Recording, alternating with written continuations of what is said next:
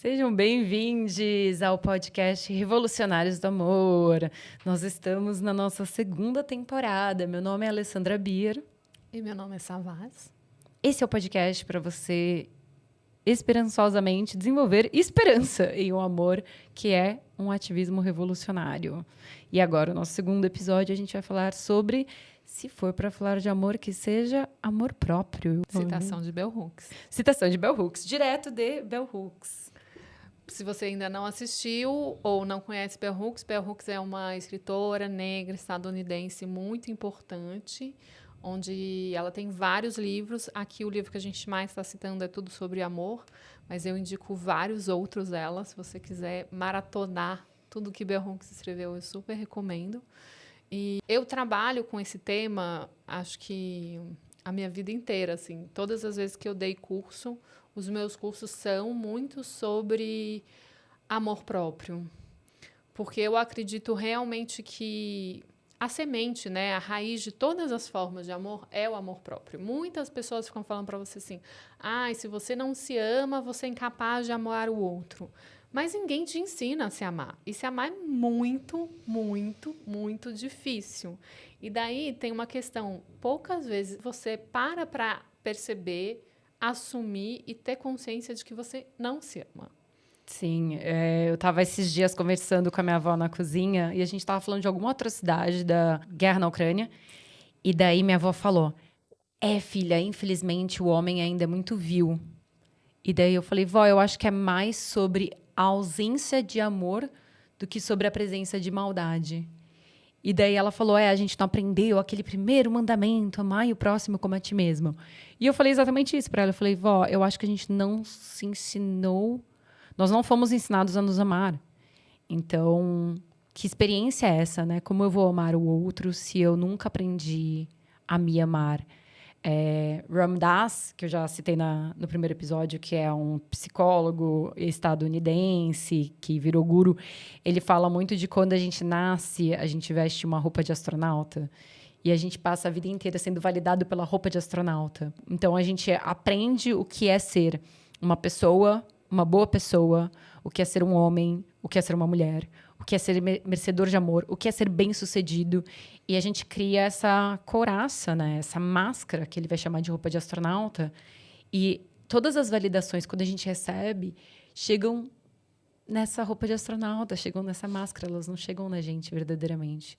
Então, como a gente pratica, como a gente expressa esse amor por nós mesmos, quando a gente vive terceirizando esse amor. A Brené Brown, que é uma autora também estadunidense, pesquisadora sobre vulnerabilidade, em vez dela usar a roupa de astronauta, ela usa o termo armaduras. Então, ela diz que para proteger a vulnerabilidade, que é para ela a raiz da nossa felicidade, do nosso amor, ela fala que a gente construiu armaduras, escudos para nos proteger dessa vulnerabilidade. Por medo, por vergonha, por culpa, por toda essa construção. E daí você constrói uma máscara do que você acha que as pessoas vão gostar, e não de quem você verdadeiramente é.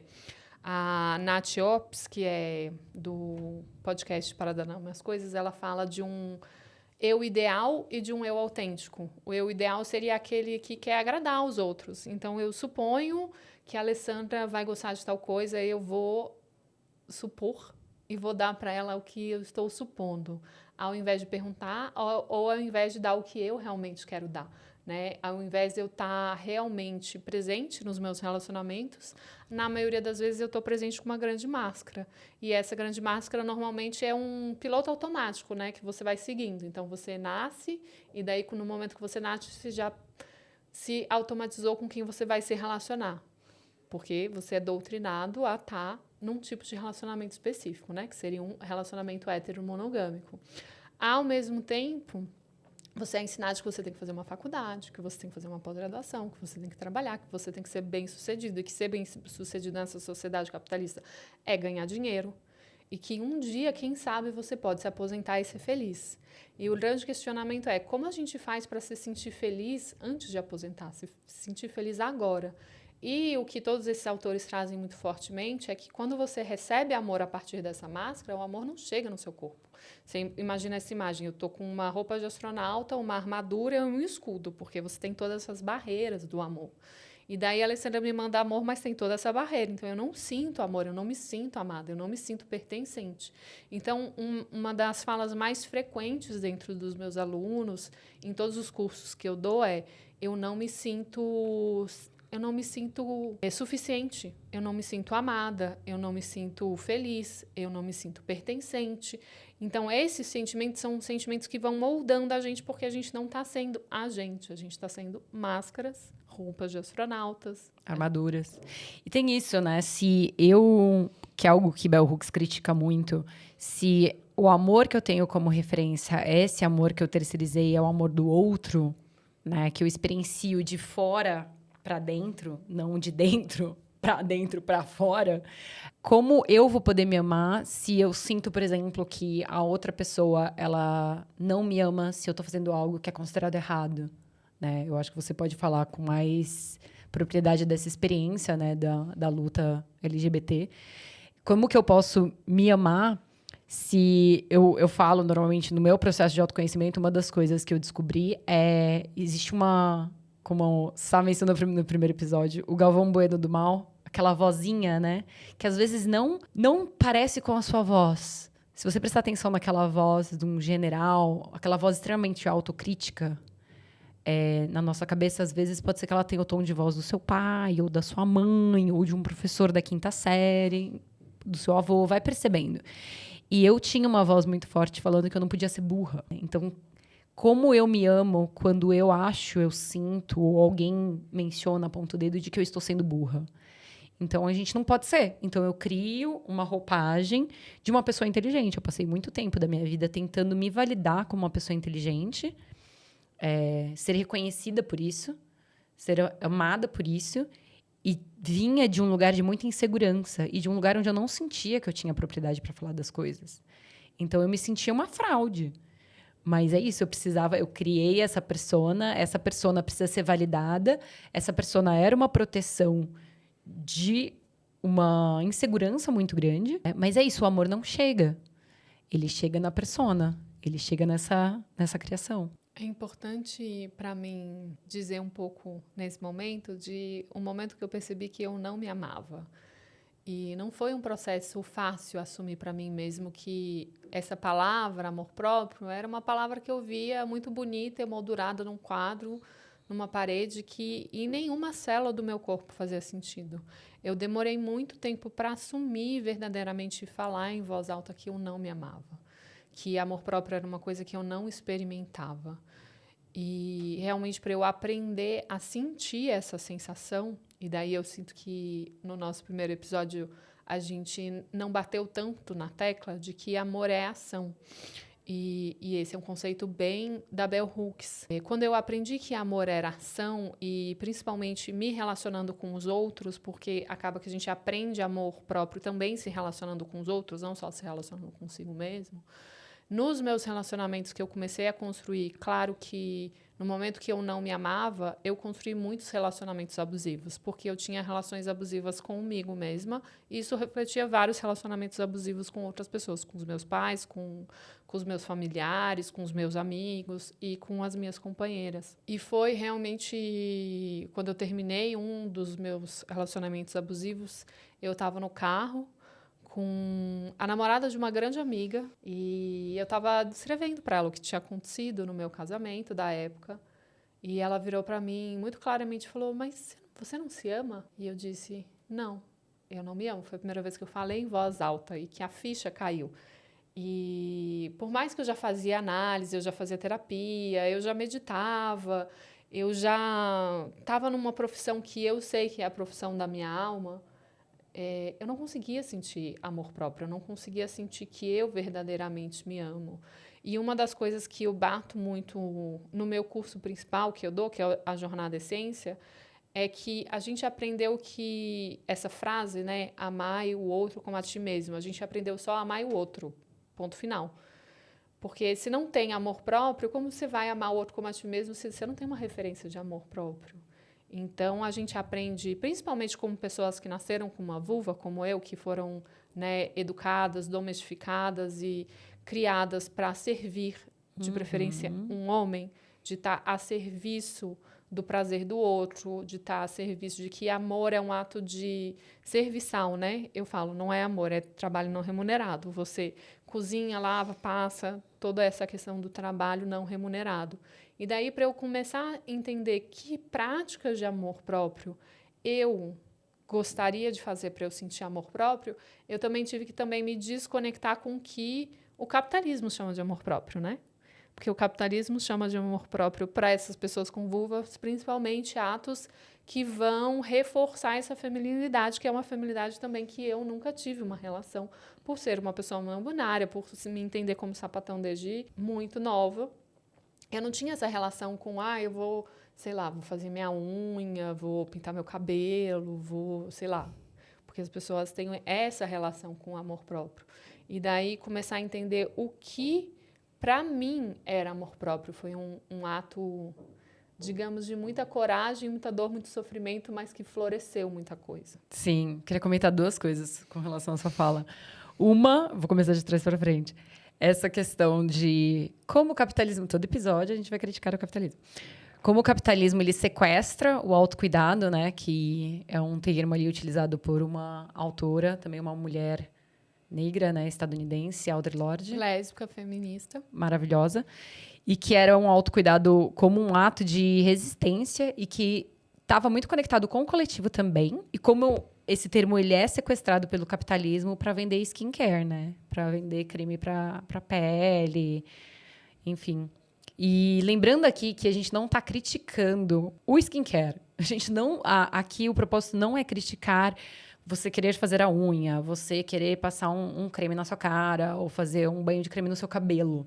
Não é sobre isso, mas é sobre o porquê você faz isso, né? Qual é... A que serve?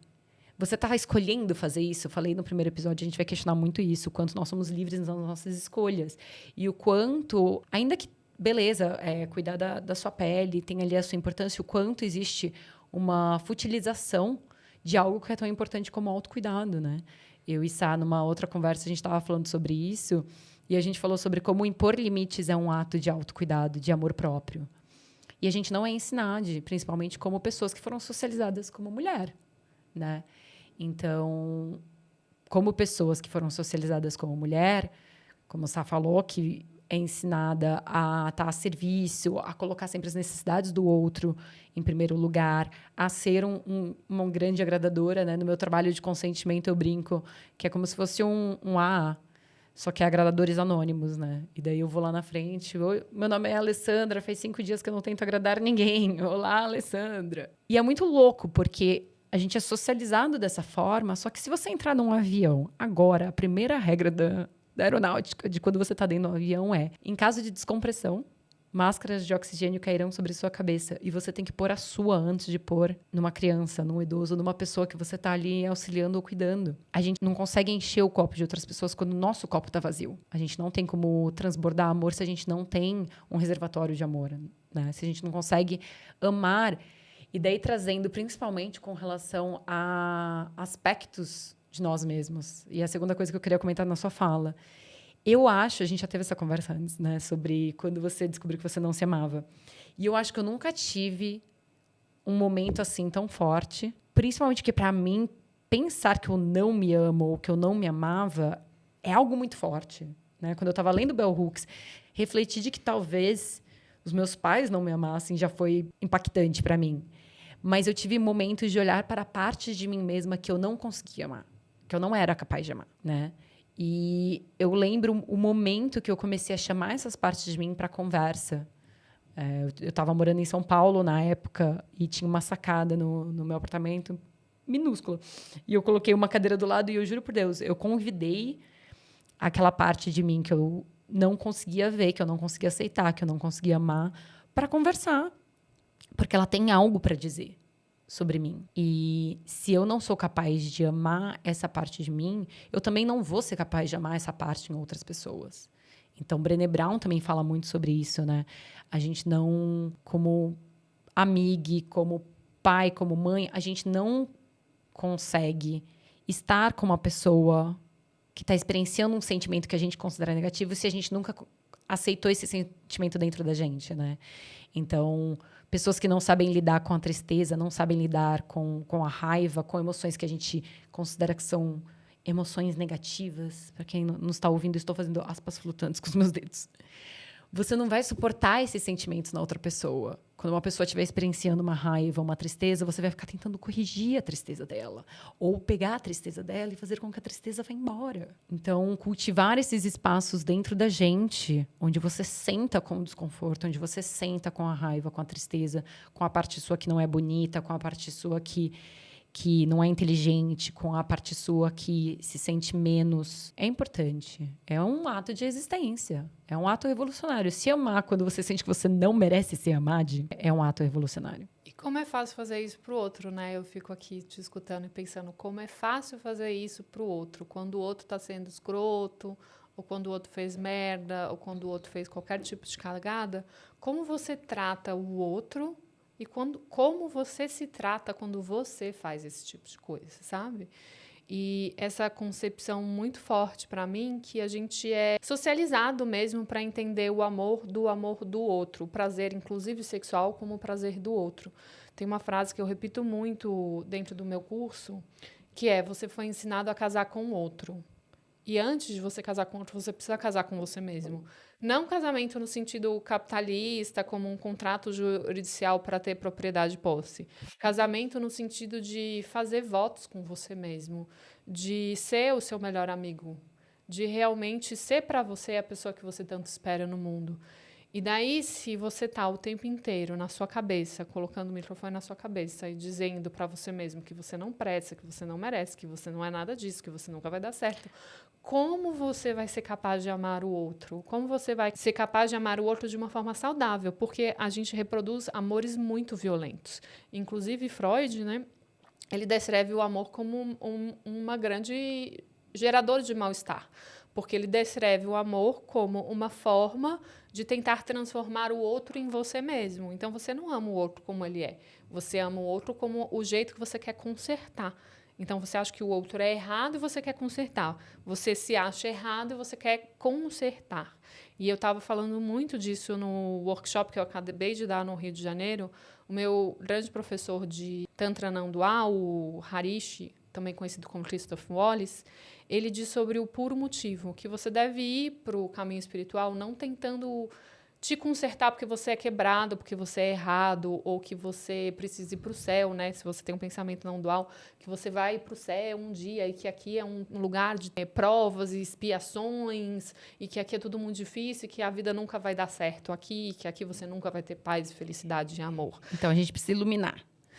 Precisa se iluminar, transcender. E dentro do Tantra não dual, você precisa trazer isso para a sua realidade, para essa vida agora, como você tem prazer, amor e felicidade nesse momento, nesse instante.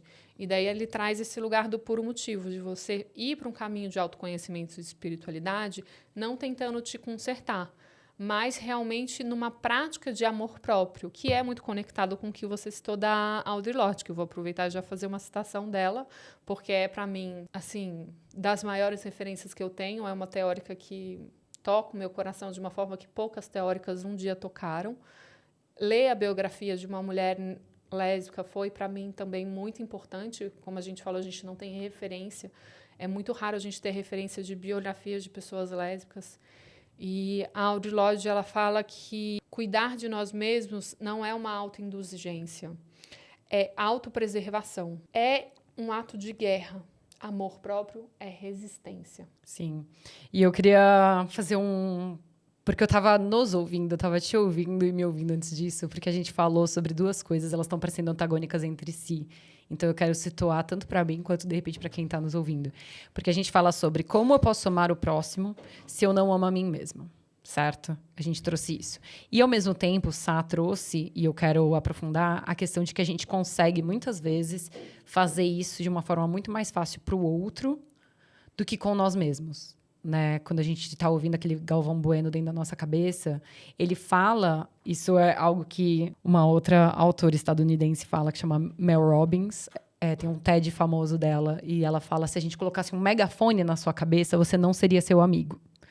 Porque, às vezes, a gente fala de um jeito que a gente não toleraria que outra pessoa falasse.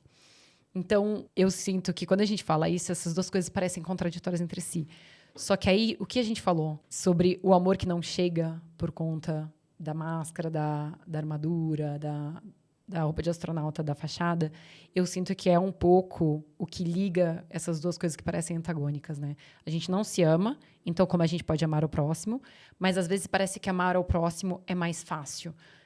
Em algum nível, porque a gente não está amando verdadeiramente, né? A gente está amando as máscaras, a gente está amando as projeções. Ou eu acho que tem um exercício muito grande de a gente tenta fazer pelo outro o que a gente gostaria que fizessem pela gente. Eu sou incapaz de me amar, então eu vou tentar amar o outro quando ele está falhando, quando ele é quase um lugar onde a gente se apaixona pelo potencial da pessoa, porque a gente espera que as pessoas vejam o potencial em nós mesmos. Então, eu acho que isso conecta esses dois pontos que a gente está falando, que parecem antagônicos entre si. E, na verdade, eu sinto que eles coexistem, né? É importante você dizer isso porque dentro dessa sociedade, que é uma sociedade que valoriza muito esse lugar narcisista do amor próprio, como se amor próprio fosse amar nesse lugar de se amar num lugar de amar a persona, né? De amar isso que eu sou. E daí a não dualidade, né? A filosofia prática não dual, ela vai questionar, mas afinal de contas, quem é isso que você está chamando de eu? Porque no momento que você questiona que este eu é tudo que existe, porque tudo que existe é conectado, amor próprio ele está relacionado com uma forma de criar laços que sejam verdadeiros. E daí a Audre Lorde, ela traz muito esse conceito de que quando o amor próprio é resistência, ela é nesse lugar de combustível de revolução. Porque se você não se ama, como você vai ter força para amar o próximo? E se você não tem amor na sua vida, como você tem força para ter práticas de revolução? Porque a gente tem que fazer muita coisa no mundo. É uma lista enorme. Você pode escolher qual o desafio que você quer contribuir no mundo, porque tem coisa para fazer para tudo quanto é lado. Então, para você ter força e não se sentir o tempo inteiro cansado, desanimado, ansioso, estressado, não suficiente, você precisa praticar essa coisa que eu gosto de dizer que é um músculo, né? Nessa coisa. Uma vez eu falei para uma terapeuta minha, eu estava na terapia, e eu disse para ela assim: eu acho que amar o próximo para mim é fácil porque eu fortaleci esse músculo muito. Então, eu, como terapeuta, para quem não sabe, eu sou de formação fisioterapeuta, eu estudo e pratico esse lugar da terapia de exercer isso como profissão já há mais de 20 anos. E eu percebo que quando a gente está nesse lugar de amar o outro, seja como profissional de cuidado, ou seja, como uma prática de amar o outro se relacionando, eu sinto que isso é muito confortável para mim, porque eu fortaleci isso muito. E também por ser socializado como uma mulher, mesmo não sendo uma mulher, eu fui socializado para ser. Eu tive muito esse lugar de estar disponível para outras pessoas, o lugar do cuidado, que é um lugar, né, que foi jogado em cima das pessoas com vulva de uma forma bem opressiva, porque é esse o papel que nos coube dentro do capitalismo, né? O papel do cuidado das crias, que não é um papel, é um trabalho não remunerado, como diz Silvia Federici. E daí esse entendimento de que se esse músculo de cuidar do outro está muito forte, eu precisava fortalecer essa ação de amor próprio que não existia, porque eu não fazia nada para me amar. Né? E se você já teve um relacionamento longo, ou se você é casado, ou se você um dia já foi casado, ou até mesmo se você tem um amigo, você sabe que para você manter um laço de amor, você precisa fazer ações, né? Amor é ação. A gente trouxe essa metáfora do jardim no episódio passado. Se você quer um jardim, você precisa cuidar, você precisa podar a erva daninha, você precisa regar.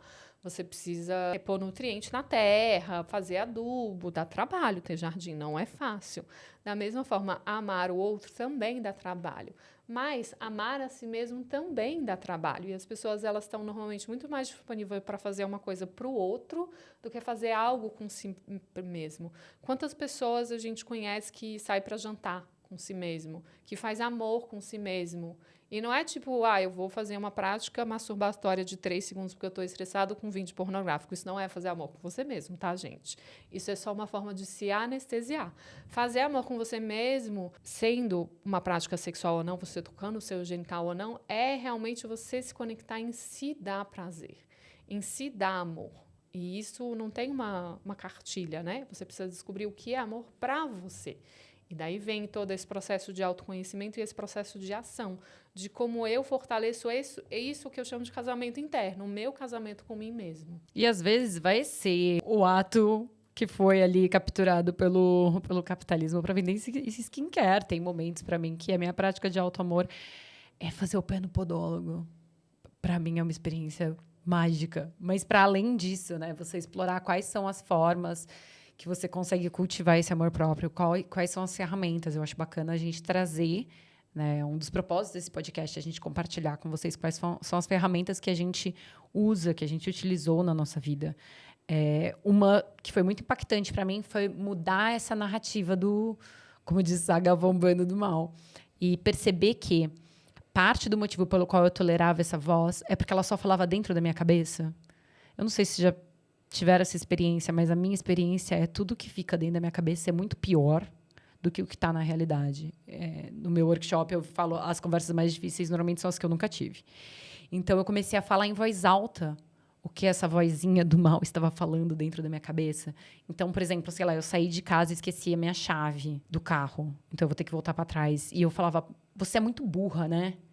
E daí eu comecei a falar em voz alta e dialogar com essa voz. Então, se viesse esse impulso de falar, você é muito burra mesmo, eu falava, não, na verdade, é que você não estava prestando atenção, tá tudo bem. Então, e foi tão estranho, porque quando eu comecei a fazer isso comigo mesma, né, por que não, né? Já tenho todos os motivos para as pessoas acharem que eu sou louca, eu vou falar em voz alta comigo mesma.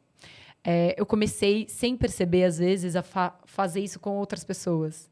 Quando alguém exclamava na minha frente, puta, que bosta, eu sou imbecil. Aí eu falava, não é que você é imbecil, é só porque naquele momento... E a pessoa parava, assim, ficava me olhando. Tipo. Então, isso foi uma ferramenta para eu mudar a narrativa. Esse outro exercício que eu comentei, de chamar a parte de mim que eu não conseguia amar para sentar e conversar com ela, dialogar. E visualizar ela. É engraçado que até eu aqui, contando para vocês dessa cena, ela vem na minha cabeça e eu vejo ela... E na cadeira, a pessoa que está sentada não é a Alessandra de hoje. E não é a Alessandra do dia que eu tive essa conversa nos meus 20 e poucos anos. A Alessandra que vinha sentar na cadeira, tinha as perninhas balançando, não conseguia pôr os pezinhos no chão. Então, você visualizar esse lado que você é incapaz de amar como a sua criança interior. É muito difícil você sentir raiva, rancor ou nível de desamor. Se não funciona para você se visualizar como uma criança... Eu tenho 2 sobrinhas que eu amo muito, que por acaso são a minha cara. Será que isso é narcisismo? Então, visualizar a minha sobrinha... Eu jamais falaria assim com a minha sobrinha. Jamais falaria assim com a minha sobrinha. Então, trazer essa imagem para você conseguir cultivar, talvez, um lugar que não é fácil para você. E uma outra coisa que eu queria comentar, porque eu falei sobre narcisismo agora brincando, e você falou sobre narcisismo também. E eu lembrei de um workshop que eu fiz uma vez de empoderamento para pessoas com vulvas. E a gente falou sobre essa dificuldade de cultivar o amor próprio no lugar da autoconfiança. E de como a gente tem, muitas vezes, imagens no mundo que nos incomodam de pessoas que a gente acha que têm um excesso de autoconfiança. E a reflexão que eu trouxe, o questionamento, é que, para mim, não existe um excesso de autoconfiança. Porque é como falar que existe um excesso de autoamor. Eu não acho que é algo que demais faz mal. O que eu acho existem pessoas no mundo que, na verdade, não se amam e não são autoconfiantes. Só que para você não ver o quão inseguras elas são, e eu estou falando um pouco por experiência própria, elas projetam uma camada de arrogância. Então, o que nos incomoda é a arrogância do narcisista, dessa tal pessoa que teria um excesso de autoconfiança. E a arrogância está ali para que você não possa ver o quanto, na verdade, ela não se ama, o quanto ela tem medo que você veja que ela é insegura, que ela não se sente empoderada. Isso casa muito com isso que a gente trouxe das máscaras e das armaduras, né? Eu, que nasci como uma pessoa LGBT, me entendi LGBT desde que eu me entendi por gente, eu percebo que no momento que eu me entendi como algo que não era certo, bem entre aspas, para a sociedade, que não era aceitável para a sociedade, que para a sociedade era errado, naquele momento eu entendi que eu também era errado. Então, esse é um pensamento muito automático da criança LGBT no momento que ela vê que aquilo que ela é, para tudo que está posto na sociedade, ela é errado. E daí existe uma questão muito forte dela tentar, de uma certa forma, consertar, trazer um antídoto para esse errado ser o gay aceitável, a sapatão aceitável, que é construir todo um estado de tensão e perfeição, de ter as melhores notas, os melhores empregos, os melhores relacionamentos, o relacionamento perfeito. E essa pressão dessa máscara diz mais sobre essa ferida dela, no fundo, se sentir errado e não conseguir dialogar com a homofobia interna que está dentro dela mesma e realmente olhar com carinho para isso, do que realmente dela querer verdadeiramente ser o casamento perfeito, a carreira perfeita, o sucesso. Porque esse lugar do sucesso, né, essa lista que nos foi dada sobre o que é sucesso, não é uma lista nossa. Esse checklist do tipo, é a casa própria, o carro, a carreira, nananana, ela não é um checklist que é seu. É um checklist dado pela sociedade. E daí, no momento que eu comecei a rasgar as listas que me eram dadas para a sociedade e entender que a minha paz interna, a minha felicidade interna não vinha do que a sociedade queria de mim, e daí, se você não conhece a minha história, eu tive, né, a casa perfeita, o apartamento perfeito, o carro perfeito, né, sociedade, estava num bairro muito bom, numa capital, tinha vários clientes, era uma fisioterapeuta de renome, pós-graduada, uma das poucas profissionais da minha área, e eu me sentia completamente vazia, eu me sentia completamente ausente da sensação de amor, eu me sentia uma pessoa vazia, sabe? Essa sensação de que eu disse que eu não sentia mesmo amor próprio, eu sentia uma ferida muito grande. E daí, quando a gente começa a perceber isso que você trouxe, que existiam partes de mim que eu ignorava. Então, no meu curso, que é um curso para você casar com você mesmo, que chama a Jornada Essência, que não é mais um curso, é uma jornada, a primeira coisa que eu falo é, para você aprender a se amar, você precisa se conhecer. E se conhecer é conhecer também as partes dentro de você que você expulsou. Eu faço uma comparação com aquele filme do Rei Leão, que é... Ele isolou o irmão, o Scar, lá para as hienas, que é a parte do reino, né, isolada, exilada. Que e daí ninguém vai. Tudo que você resiste, que você ignora, que você não olha, aquilo persiste.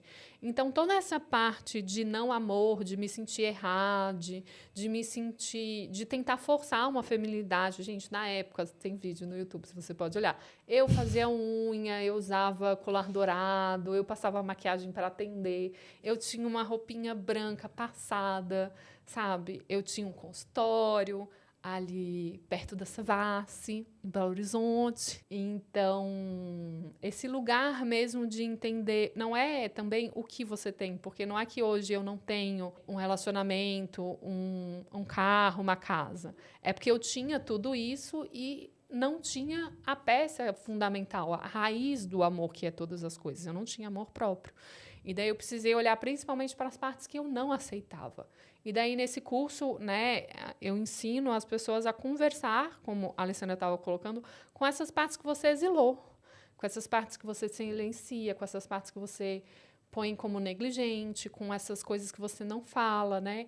Eu converso muito com a comunidade LGBT e eu raramente vejo pessoas discutindo sobre as dores do abuso, da lesbofobia, da homofobia, da transfobia. A gente não fala sobre isso, a gente não abre sobre esses assuntos, né? Normalmente, a autoajuda ela é sempre cis hétero. Então, trazer esse lugar de autoconhecimento, de autorrecuperação para a comunidade LGBT, para mim, é muito importante, porque foi uma coisa que eu nunca tive. Sim. E é engraçado, você estava falando disso, da checklist que nos é dada, né? Tem um vídeo muito legal, um discurso, na verdade, do Alan Watts, que também é um autor famoso. Eu acho que ele é britânico, né? É que ele morou muito tempo nos Estados Unidos, mas o sotaque dele me diz que ele não é americano. Eu vou pôr nas referências para a gente checar. Mas Alan Watts falava muito sobre o Tao. Ele trouxe muito da cultura, dessa cultura para o Ocidente. E ele fala sobre como nós somos enganados de que a vida é uma corrida. A gente vai para a escola, da escola a gente vai almejar uma faculdade, ou um trabalho, uma promoção, um carro maior, uma casa maior, uma família, mais um filho. E que não faz muito sentido, porque se fosse uma corrida, a gente estaria correndo para quê? Para a morte? E daí ele fala que nós fomos enganados e, na verdade, a vida é muito mais uma dança. É muito mais uma poesia, uma música. o músico, ele não tem a intenção de chegar ao fim da música mais rápido, senão você não teria uma música de mais de 1 minuto. E eu acho que está muito correlacionado com isso que você trouxe do checklist. E não é sobre, novamente, não é sobre o trabalho mais tradicional, não é sobre morar em um apartamento. É sobre aquilo que a gente falou. Quem está escolhendo? Né? Essas escolhas estão vindo de você? Ou da roupa do astronauta. Ou da roupa do astronauta, né? Eu uso a analogia que eu prefiro, na verdade, é quando você nasce, você recebe o jogo imobiliário. E daí alguém te fala as regras do jogo. E é isso. Os seus pais, a sociedade, a escola, os seus amigos, eles estão fazendo de um lugar onde eles acreditam que eles estão fazendo o melhor. Eles acreditam que é o melhor para você. Você jogar de acordo com as regras do jogo, né?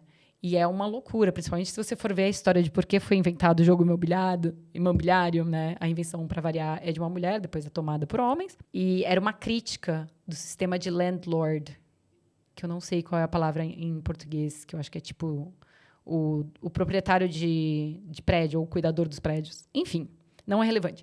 Mas o importante é, você recebe o jogo imobiliário, você aprende as regras do jogo e você, de repente, passa a sua vida inteira jogando aquilo, pensando, mas eu queria jogar dominó, eu queria jogar peteca.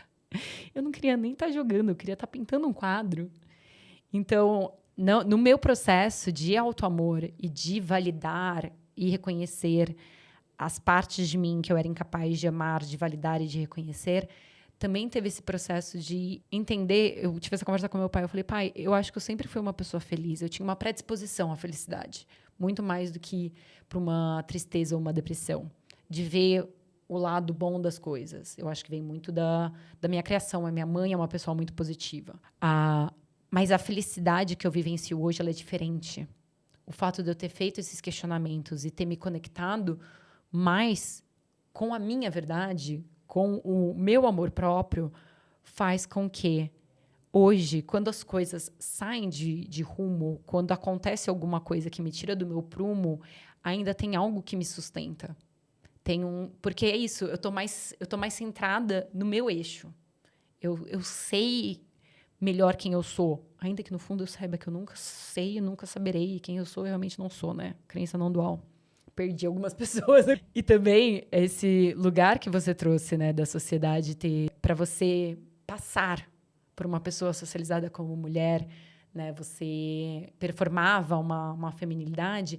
O meu processo foi muito engraçado, porque ao me ver como uma pessoa com vulva, socializada como mulher, num patriarcado, eu nem acho que esse movimento era consciente, tá? Mas eu entendia que o mundo era feito por homens para homens. Portanto, para eu ser uma pessoa merecedora, bem-sucedida, eu tinha aquela coisa de não ser como as outras mulheres quando eu era mais nova. Eu só andava com moleque. E o que eu performava, na verdade, era uma menina, uma mulher diferente. Eu não sou como as outras. Eu não sou fútil, né? Eu gosto de conversas mais intelectualizadas. Isso é coisa de menino.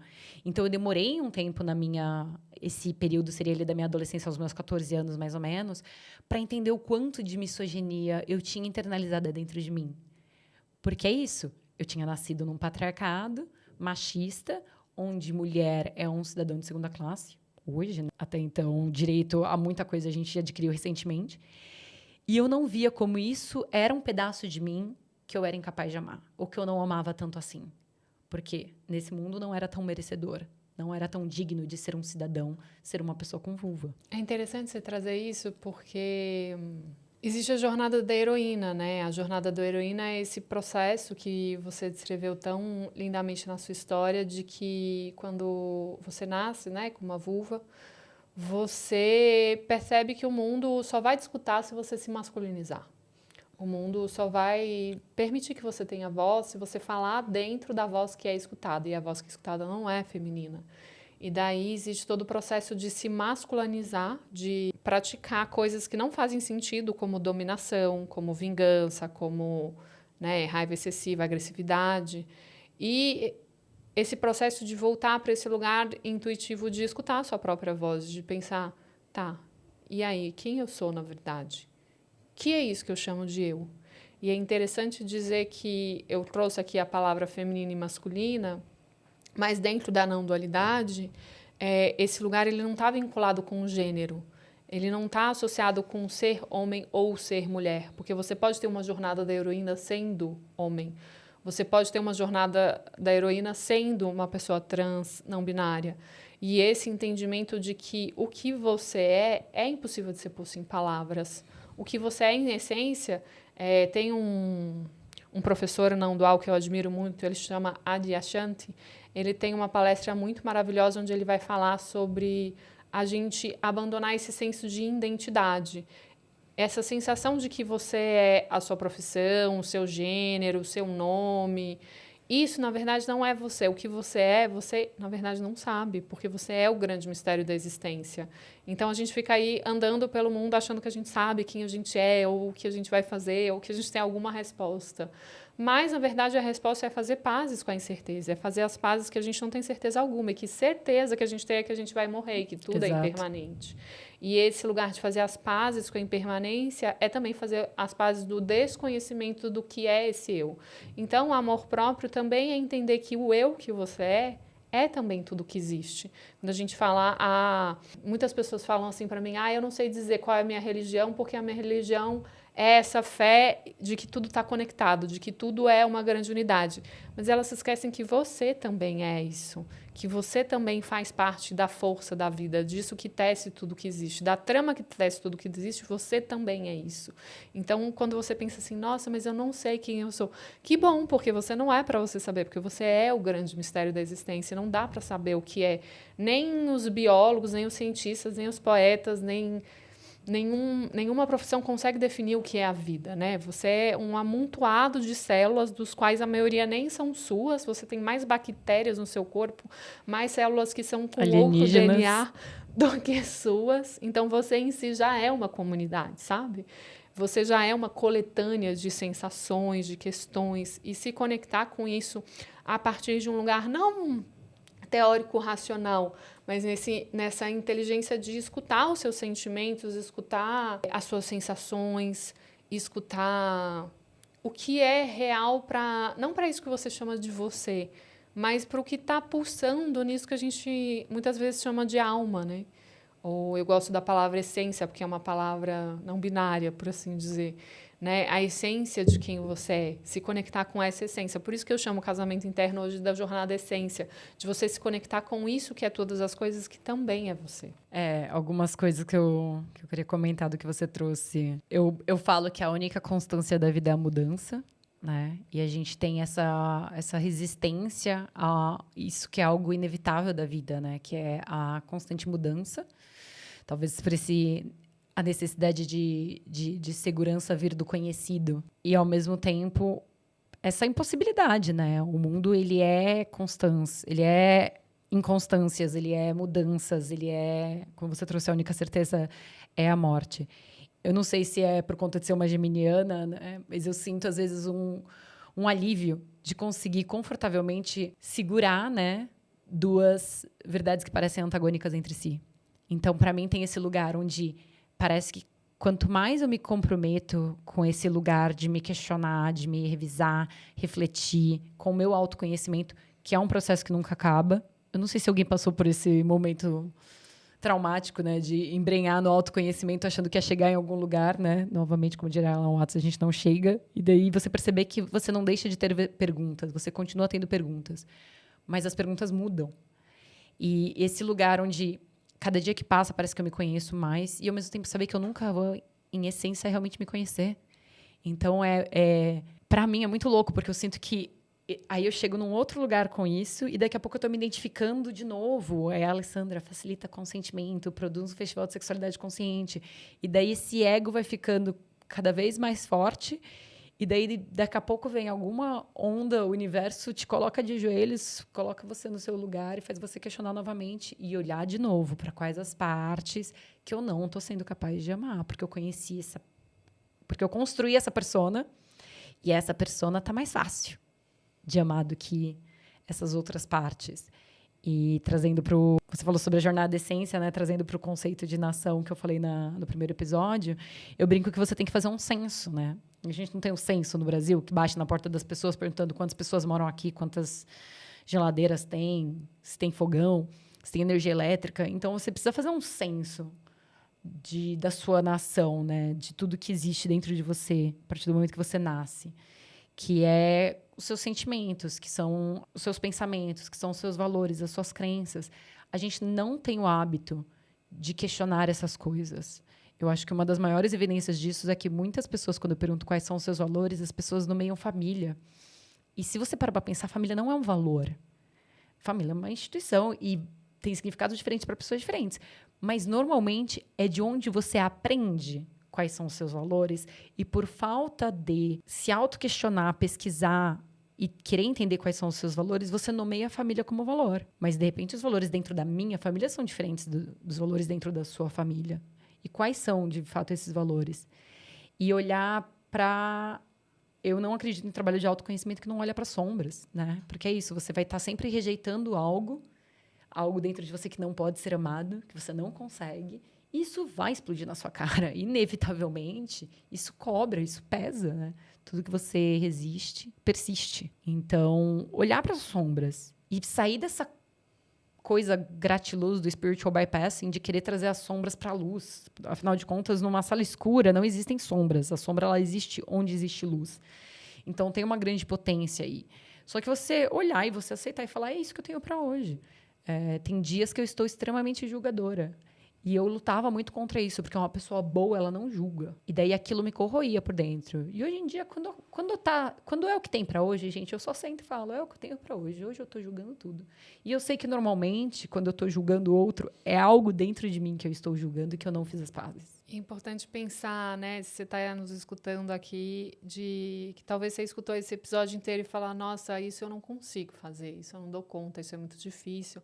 Ah, eles estão falando isso porque eles já têm muito trabalho, não sei. Não, gente, a gente está aqui porque a gente erra, porque a gente falha, porque a gente julga a nossa raiva, porque a gente cai em tristeza, mas que a gente criou várias ferramentas para nos dar suporte, porque a gente está nessa jornada para dar suporte para outras pessoas e também dando suporte para as outras pessoas para alimentar essa esperança, essa chama que habita em nós, dessa esperança de um amor revolucionário. E daí eu queria dar um tesão para casa. Uma das coisas que eu percebo nos alunos que eu trabalho é que eles têm muita dificuldade de ver, por conta desse lugar de uma beleza ideal, elas têm muita dificuldade de ver a imagem corporal como algo não corrompido pelas revistas e pela mídia. E daí eu gosto muito desse exercício que você se toca como se você fosse o grande mistério da existência. Como você se toca, não como se você fosse você, ou não nesse lugar de, nossa, essa aqui é minha mão, né? Eu sei o nome desses dedos, eu sei o nome, inclusive, desses ossos, por ser fisioterapeuta. Não nesse lugar do que você sabe da sua cabeça, mas realmente despertar essa sensação de se tocar como você não faz a menor ideia do que você é, sabe? E aceitar essa certeza da incerteza, né? A Alessandra falou muito desse lugar paradoxal, né? A aprender a aceitar a nossa raiva da mesma forma que a gente aceitar a nossa alegria. A raiva também é muito importante. A raiva é, sim, revolucionária. A raiva, ela precisa ser nutrida, né? Então, conseguir aceitar todas as partes do meu ser.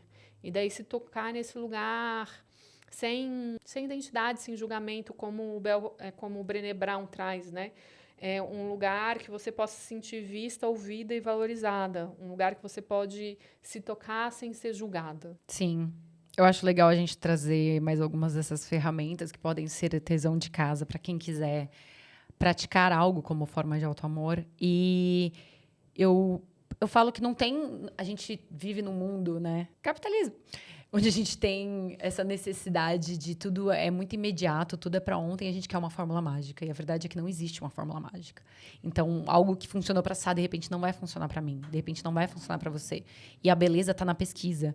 Então, algo que eu já tentei, por exemplo, foi a praticar o autoamor, que ainda é um espaço egóico. Então, por exemplo, eu tive um momento da minha vida que hoje, falando, me dá até um pouco de vergonha. Eu acolho minha vergonha e... né? Amo ela também. Eu fiz uma lista, eu tinha um papel cartolina que tinha listado de um lado 100 conquistas e do outro lado 100 sonhos. E no começo foi muito difícil escrever o que eu conquistei. E perceber que no mundo capitalista a gente se valida muito pelo que a gente faz, né? A gente deixa de ser humano para ser fazedor humano. para ser consumidor humano, eventualmente. Então, ainda que hoje eu não tenha essa lista, eu tenha jogado fora, naquele momento era o que eu tinha. Era me amar através do que eu fazia. E daí, no começo, era difícil me sentir uma pessoa que nunca realizou nada na vida. E daí, eu comecei a colocar. Eu ando de bicicleta. Tipo, eu aprendi a andar de bicicleta. Eu aprendi a nadar. Eu passei na OAB. E foi uma migalha, mas foi importante na minha caminhada. Então, fica aí mais uma prática. A gente tem tanta coisa para falar, mas não cabe num episódio. A gente podia falar sobre palavras de afirmação, a gente podia falar sobre como é difícil se amar no corpo de uma pessoa com vulva, com estereótipos de beleza infinitos e inalcançáveis. Mas a gente queria deixar vocês com essa reflexão e convidar vocês também a compartilhar, trazer para as nossas mídias sociais como você se ama, qual parte de você percebeu que você é incapaz de se amar. E se esse episódio te tocou, se esse episódio está fazendo sentido para você, está te trazendo questionamentos importantes, compartilha com um amigo, com uma amiga, comenta, traz outras ferramentas que você usa para o amor próprio, né? É esse que a Alessandra deu, eu acho maravilhoso você celebrar suas conquistas, porque a gente raramente celebra as nossas conquistas, mesmo que sejam conquistas de... Eu comprei uma caneta de caligrafia porque eu amo escrever com uma caneta de caligrafia. Então, aprender a celebrar isso que você é, porque, em essência, você é a divindade, em essência, você é amor. E se uma coisa que eu repito em todos os meus cursos, em todas as minhas vivências, é te relembrar que você é, sim, perfeita. Por mais que tenha uma voz na sua cabeça falando que você é quebrado, que você é errado, que você não presta, que você não merece, tira esse microfone da sua cabeça. Do Galvão Bueno. Do mal. Coitado do Galvão Bueno, a gente vai ser processado. Amor. E daí, pra fechar, eu queria trazer... Eu vou deixar na referência ou na íntegra, porque eu vou massacrar. Mas tem uma frase de uma escritora americana que é atribuída erroneamente a algum homem, para variar, da Marianne Williams, que é famosa a chamar Deepest Fear, que é o nosso grande medo. Que ela fala, o nosso grande medo não é que nós somos inadequados, é que nós somos poderosos para além da medida. É a nossa luz que nos assusta. E ela fala que não existe nada de poderoso em você se diminuir para não causar desconforto nas pessoas ao seu redor. E quando você permite a sua luz brilhar, você automaticamente dá permissão para que as outras pessoas brilhem. É isso. Até nosso próximo episódio revolucionário. Um beijo.